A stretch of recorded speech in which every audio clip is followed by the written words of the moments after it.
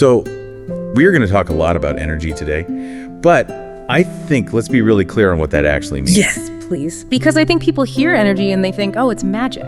Right. I mean, we aren't talking about magic at all. When we say energy here, we're talking about your emotional bandwidth, your inner battery, basically. I love that, your inner battery. Yeah, it's those quiet signals you send out that tell your partner whether they are safe on you or, whether they need to put their guard up. That is just the perfect way to frame it. Because to fix a relationship or to even heal from a broken one, we first have to understand how that connection fades in the first place. Right, it doesn't just vanish overnight. No, it doesn't. People often assume that relationships end because of massive, explosive arguments. But when we look at the emotional bandwidth of couples, what we actually see is this really slow, invisible draining. Wow. An invisible draining. Yeah, it happens through tiny missed moments, just little things. I do want to push back on that just a little bit, though, because, when two people really love each other, how do they just miss those moments? It's a fair question. Right.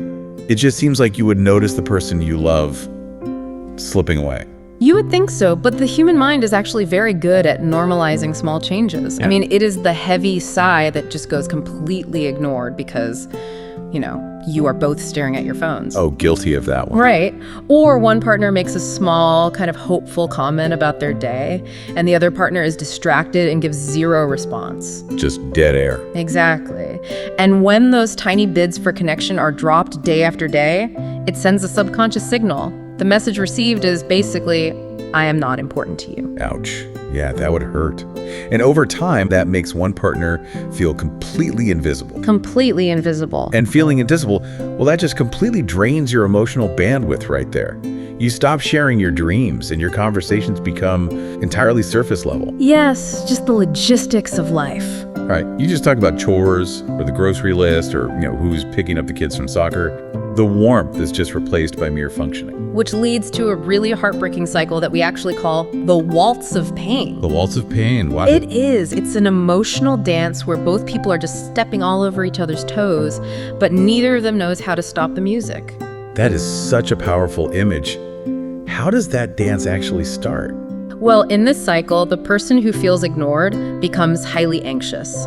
Their inner alarm system just goes off, telling them the connection is threatened. So they might start pushing for attention or even picking small fights. Just to get a reaction. Yes, exactly. Just to get an emotional reaction. They are basically saying, please show me you care, even if it's through anger. Oh, wow. I think so many of us have been there. But meanwhile, the other partner, they probably experience that anxious pushing as a direct attack, right? Right. Their own emotional battery is already low, and their inner alarm system tells them that they are failing, that they can just never get it right. So what do? Well, to protect themselves from feeling like a failure, they shut down. They pull away and they just build a wall. And then that withdrawal makes the first partner push even harder. Push and pull. Yeah. Over and over again. I saw this so clearly in a reading I did recently for a client at predictmyfuture.com. Her name was Sarah. And she came to me because she was just in profound pain. Oh, poor Sarah. What was going on? She told me that she actually felt lonelier sleeping right next to her husband than she ever did when she was completely single. Oh, that breaks my heart. That specific kind of loneliness is just so heavy because the person who is supposed to comfort you is right there, physically right there, but you just can't reach them. Exactly. It's agonizing. And when I looked into Sarah's emotional bandwidth during her reading, I saw that she was carrying all the heavy lifting for the marriage. She was just exhausted. I can only imagine. But the guidance that came through revealed a completely different angle. Her husband was not intentionally being cruel. He wasn't. No, not at all. He was shutting down because his nervous system was just overwhelmed. Every time she got upset, he froze because he felt he couldn't fix it. Meanwhile, Sarah was panicked because she felt completely unseen. Oh, I see.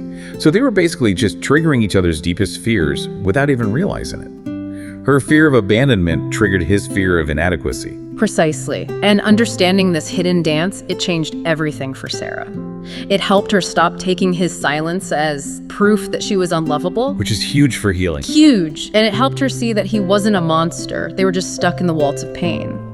Recognizing that pattern is really the first step to healing your own heart, whether you are trying to fix a marriage or process a difficult breakup. That makes a lot of sense. It's like a car battery slowly draining because a tiny interior light was just left on overnight. Oh, that's a great way to put it. Right. You don't notice it for days. You are just going about your life, assuming everything is totally fine. And then one morning, you turn the key and the car just won't start. The battery's completely empty. Exactly. But, if someone listening right now realizes they are stuck in that waltz with a drained battery, how do they gently stop the dance without causing a bigger fight? Well, you have to actively recharge the battery. Love isn't just this magical feeling that washes over you and stays forever, right? It is a daily action. And it starts with your own emotional bandwidth. Okay, so where do we begin? The very first step is learning to stay grounded in your own body during a disagreement. Oh boy. I imagine that is incredibly difficult. When the person you love is upset, your natural instinct is to just immediately react to them. It is very difficult, which is exactly why it requires practice. When emotions run high, it is so easy to get swept away in your partner's storm. If they pull away, you panic. Your emotional state just merges with theirs. So how do you stop that merging? The trick is to keep your awareness on your own physical body. Keep a quiet, steady focus on your own breathing or, just the feeling of your feet flat on the floor. The physical sensation of the floor. Right. Doing this keeps you secure in your own emotional state, which prevents you from escalating the argument. I love that. So once you are grounded and you've kind of got your feet under you, how do you communicate in a way that actually reaches them? You use true, deep listening. And there are 4 simple steps to this. First, you mirror what they are feeling. Second, you accept their emotions without judging them at all. Third, you validate that their feelings make sense from their perspective. And finally, you gently get curious about what they actually need. Okay, let's break that down a bit because I can just hear someone listening to this and thinking, if I just repeat what they say, aren't they going to feel like they're being mocked? That is a very common fear. Yeah, how does mirroring actually work without sounding like a parrot? Mirroring isn't about repeating their exact words back to them. It is about reflecting the emotion underneath the words. So if they say, "You never help around the house," you don't say, "I hear you saying I never help." Right, that would probably just start a fight. Exactly. Instead, you say, "It sounds like you are feeling really overwhelmed and unsupported right now." When you mirror the feeling, you are literally signaling to their internal alarm system that they are not under attack. Oh, that's beautiful. It stops the waltz right there because you are refusing to step on the dance floor and fight back. That makes total sense. Yeah. And what about validating? Because, what if they are angry about something you feel is completely unfair or even factually wrong? How do you validate something you totally disagree with? This is where people get stuck. But you don't have to agree with their facts to accept their feelings. Their feeling of hurt is real to them in that exact moment. Their reality is real to them. Yes, you can say, "Given how you saw the situation, it makes complete sense that you felt hurt." You are just validating their emotional reality. Once they feel truly heard, their defensive walls drop. And that is when you can gently get curious and ask, what do we need to do to fix this? Which naturally leads into a concept we use all the time in our readings, the third chair. Yes, I love the third chair. It's such a helpful visual. Imagine you are sitting in one chair and your partner is sitting in another. Usually when couples argue, they're facing each other, just throwing their hurts back and forth. It's me versus you. Right, they're in opposition. Exactly. But imagine there's a third chair in the room. That chair represents the relationship itself, the OS. And that shift in perspective changes everything. Instead of fighting each other, you both turn to look at the third chair. The problem is no longer your partner. The problem is whatever is threatening the third chair. Yes. I actually had a client named Maya who used this beautifully. Oh, I'd love to hear about that. So Maya was healing from a terrible, really heartbreaking breakup from her past. And because of that old pain, she was terrified of getting hurt again. Totally understandable. Yeah. But every time a small disagreement happened with her new partner, she would just panic and start a huge argument, essentially trying to push him away before he could hurt her. It is a very common protective mechanism. She was guarding her wounded heart by going straight on the offensive. Right. So in her reading, we talked about the third chair concept. And the guidance was for her to just try it once. The next time she felt that familiar fear bubbling up, instead of putting up her armor and attacking, she went and sat right next to her partner on the couch. Oh, physically sitting next to him. Yes. She took his hand, looked straight ahead, and just asked, "What does our relationship need right now?" Wow. By sitting next to him and asking that, she completely changed the dynamic. She showed him they were on the exact same team.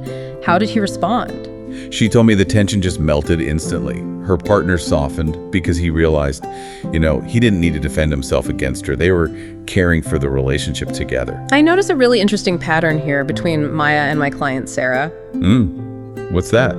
Well, both of them felt a deep lack of safety, but they handled it so differently. Sarah tried to fix everything herself and just exhausted her emotional bandwidth, while Maya put up armor and went on the attack.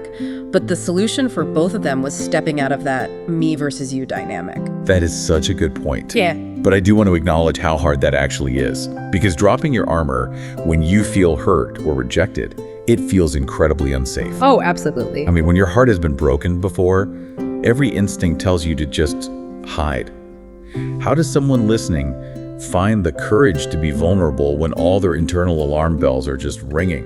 It is terrifying. I won't sugarcoat it, but here is the mechanism behind that armor, and this is so important to understand. The walls that protect you from being hurt are the exact same walls that prevent you from feeling loved. Wow. Wait, really? Yes. Yeah. Emotional armor doesn't selectively filter out pain. It filters out everything. You simply cannot block the fear of rejection without also blocking the joy of deep connection. So the courage isn't about knowing for sure you won't get hurt. No, it's not. It's about knowing the connection is worth the risk and really trusting that you have the internal strength to handle whatever happens. Yes, exactly that. When you lower that armor, you open the door to true intimacy. And I think we really need to talk about that word because society has given us a very skewed idea of what intimacy actually is. Oh, completely. People often confuse emotional closeness with purely physical actions.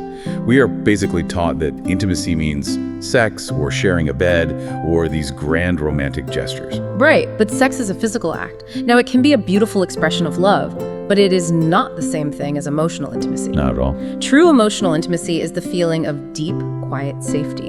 It is knowing someone's flaws and fears and being known completely by them while knowing you are still entirely safe and cherished. I love that. You can have sex without any emotional intimacy at all. And on the flip side, you can have profound emotional intimacy without physical intimacy. Which means sometimes the very smallest physical gestures carry the most emotional weight. Think about the power of pure, loving touch that has just zero expectations attached to it. Yes, the everyday moments. Like holding hands while watching a movie. Or just a gentle hand on the shoulder as you walk by them in the kitchen. Touch without an agenda is so powerful because it speaks directly to the nervous system. When you give a partner, say, a foot rub at the end of a hard day, and neither of you expects it to lead to anything else, you are sending a physical signal of pure safety. You are telling their emotional battery, I am here, you are safe, I just like being near you. Exactly. And, if true intimacy is about emotional safety rather than just physical proximity, that completely upends one of the biggest rules society gives us. Oh, are we talking about sharing a bed? We have to talk about the sleep myth. Yes. Let's talk about the sleep myth. Society constantly tells us that happy, loving couples must sleep in the same bed every single night. And if you don't, everyone assumes your relationship is falling apart. It is honestly one of the most damaging myths out there. Having different sleep habits can slowly destroy a relationship through building resentment. I mean, think about the reality of it. Right, like maybe one person snores loudly or tosses and turns all night long. Or maybe one works late shifts while the other is a really light sleeper. If you are lying awake at 3 a.m, just staring at the ceiling, completely exhausted, and feeling angry at the person breathing heavily next to you are not building intimacy. No. You're building resentment. Exactly. I saw a client recently, Elena, who was carrying an immense amount of guilt over this exact thing. She came to me absolutely convinced her marriage was failing because she desperately, secretly wanted to sleep in the guest room. I imagine Elena felt that guilt because of that exact societal pressure. We are told that leaving the marital bed is like the very first step toward divorce. That pressure was weighing so heavily on her. Her husband was a wonderful man, but he was a terrible, restless sleeper. He kicked, he woke up constantly. Elena was utterly exhausted. Just running on empty? Her emotional bandwidth was completely depleted, but she was forcing herself to stay in that bed because she genuinely thought leaving the room meant she was abandoning the marriage. When you are that sleep deprived, it's like trying to water a beautiful garden with a completely empty watering can. You just can't do it. Right. Or, to go back to our battery idea, it's like trying to run a high-power app on your smartphone when the battery is at 1%. You might really want to be patient and empathetic and loving, but your phone physically cannot execute the command. That is a brilliant way to put it. The hardware simply doesn't have the power. And in Elena's reading, the psychic saw exactly that. The guidance showed that her exhaustion was literally blocking her ability to feel love. She couldn't feel affection, she just felt annoyed all the time. So what did they tell her to do? They guided her to lovingly sit down with her partner and explain that she needed physical rest so she could actually be her best self for him and for their marriage. Because sleeping in different spaces so that you can actually get a restful night's sleep is not a sign of failure. It is plugging the smartphone into the wall. So how did your husband take it? It was life-changing for them, truly. Once they gave themselves permission to sleep apart, all the resentment vanished. They both finally got the deep rest their bodies desperately needed. Oh, that's wonderful. And because their emotional batteries were fully charged, they actually started missing each other again. Really? Yeah. Elena told me that their new morning routine, when she would walk into his room with a cup of coffee to wake him up and just cuddle for 10 minutes, it became the most intimate, connected part of their entire day. Wow. So they traded 8 hours of frustrated tossing and turning for 10 minutes of pure, loving connection. Exactly. That is such a powerful example of taking care of your basic human needs is really the foundation of being a good partner. It really is. And I hope this gives you, the listener, a new perspective on how love actually works. I hope so too. If the spark in your relationship has faded, or if you are nursing a broken heart from a past relationship, please hear this. These things are not personal failures. Not at all. They are simply signs that your emotional battery is drained and the dynamic just needs shifting. Today we talk about recognizing that quiet drift, those tiny missed bids for connection that drain your bandwidth over time. Right. We explored the mechanism behind the waltz of pain and how to stop that dance by stepping out of the me versus you mindset and into the third chair of us. We also redefined what true restful intimacy actually looks like. It is about emotional safety and deep listening. It is about mirroring and validating feelings, dropping your protective armor, and really understanding that prioritizing your own rest, even if it means sleeping in separate beds, is a profound act of love. Yes, absolutely. You listening right now, you truly deserve a relationship where you feel deeply known, emotionally safe, and cherished. Whether you are rebuilding a current bond or healing your heart for a future love, please just know that healing is always possible. It is always possible. We are sending you so much love as you navigate your own journey. And as we close our time together today, I want to leave you with one final gentle question to just ponder on your own. I love this part. The next time you feel a wall coming up between you and someone you care about, take a deep breath, feel your feet on the floor, and ask yourself, am I just protecting my heart right now, or am I brave enough to open it to the energy of us?